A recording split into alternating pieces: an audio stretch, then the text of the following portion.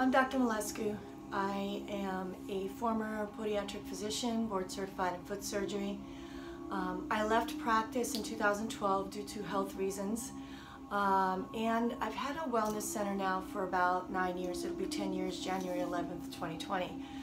I developed a program called Medical Yoga, and a lot of people have questions about that. So I wanted to clarify what exactly it is. Basically, it involves assisted stretching on a massage table. It involves a lot of therapeutic exercises for the specific medical condition that someone has. So for example, for me, I had bilateral hip replacements very recently. Last year was the right hip, this year is the left.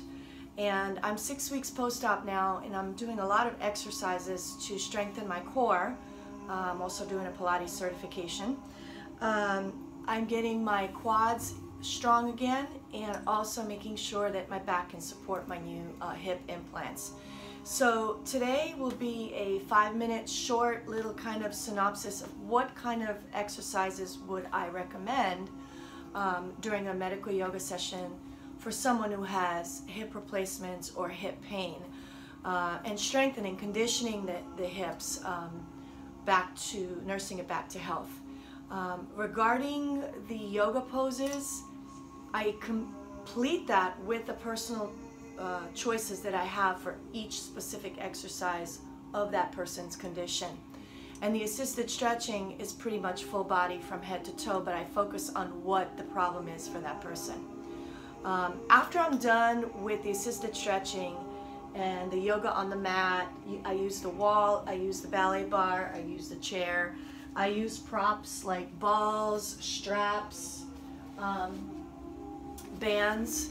So these are some of the things that I use. I even use a balance pad that helps you not only balance, but gives you strength in the lower extremity so that you'll have a more stable foundation for your back and hips. So we need to strengthen not just the quads, but the anterior muscles of the lower leg, as well as the calf muscles.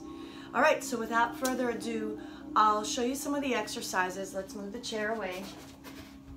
The first thing I like to do with people that have hip issues is, let me move this balance pad away.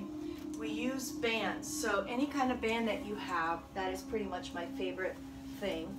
And I start out with the chair yoga pose, but unlike the chair that is done traditionally in hatha yoga with the knees together, remember, yoga was pretty much designed for men. It was done by Hindu monks 5000 BC.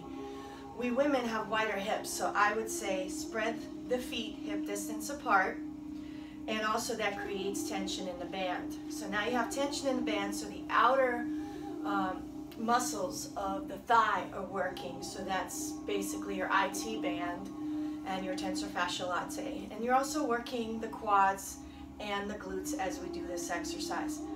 Being focused on yoga and Pilates, I always tell people bring the navel to the spine, so that automatically tilts the pelvis forward. And doing the thoracic breathing from Pilates expands from the chest, bring it up to the collarbone or clavicle, and then as you exhale, remember to keep that navel to the spine and draw that pelvic floor up. And that keeps a nice neutral spine so that the lower back, the lumbar region, is truly, truly against the wall. All right, so in yoga, we inhale to expand and exhale, we return. In the fitness world, it's inhale to prepare, exhale, you contract. So whichever technique you want to do, I kind of do both because I combine yoga and Pilates. So let's start with the traditional yoga way to breathe, and it's basically you inhale, lift the arms up, come into chair pose, exhale, slowly come back.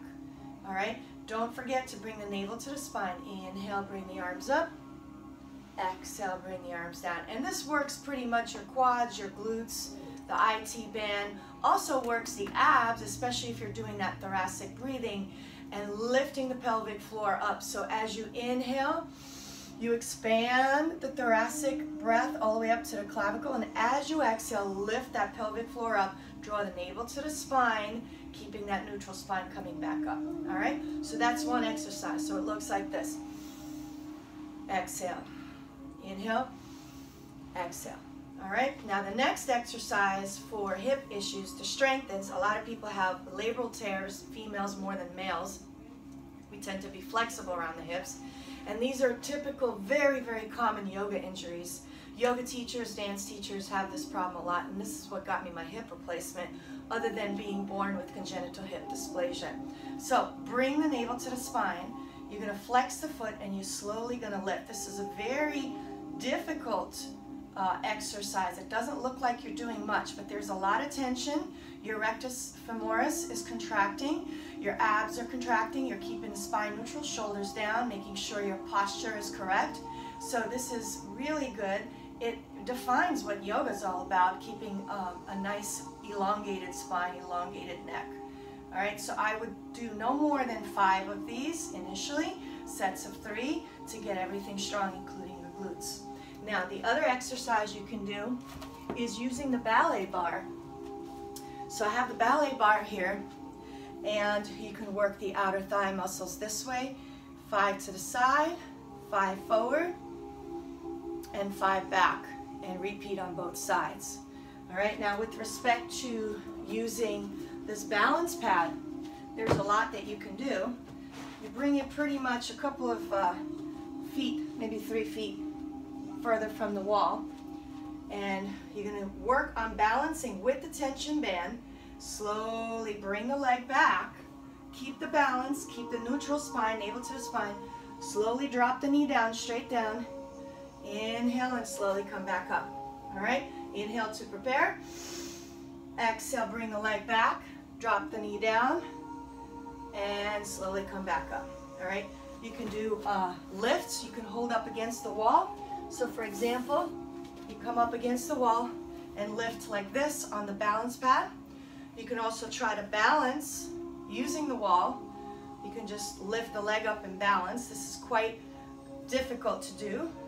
Your standing leg has to contract. This leg is pretty much isometrically contracting against the band. Your navel to the spine and core engaged. You can bring the arms out for balance. You can even do tree pose this way. And now you've got tension as you balance. All right, the last thing I want to show you is you can do chair yoga. So I do this a lot more with specific people that have issues. 65 and up, maybe you can't get down on the mat anymore if you've had bilateral hip replacements like me. Some people I've met have bilateral knees and hip replacements, so it's very hard to get on and off the mat. So we can literally do exercises like inhaling and exhale, drawing the chin to the chest. Inhale, lift the arm up and reach over. See? Inhale, lift the other arm. Exhale, reach over. We can even do the exercises here to create some strength in our quads. We can have people inhale, open, and slowly, it's a nice, easy forward bend, reaching for the toes. All right, so that's pretty much some very few things that I have on my, plan of things to do with each person. But next visit, I'm going to show you a couple of videos on what I do with the massage table stretching people. And you can do that at home with your husband or wife, partner. And it's very beneficial. So that's part of medical yoga. And at the end, I do a guided meditation. So I'll be doing a series of guided meditations and put it on YouTube. So hopefully this was informative for you. See you later. If you want an appointment with me, I am now ready. 6 weeks post-op, and I'm starting next week to see clients, medical yoga clients. Call me at 407-739-7183. Bye.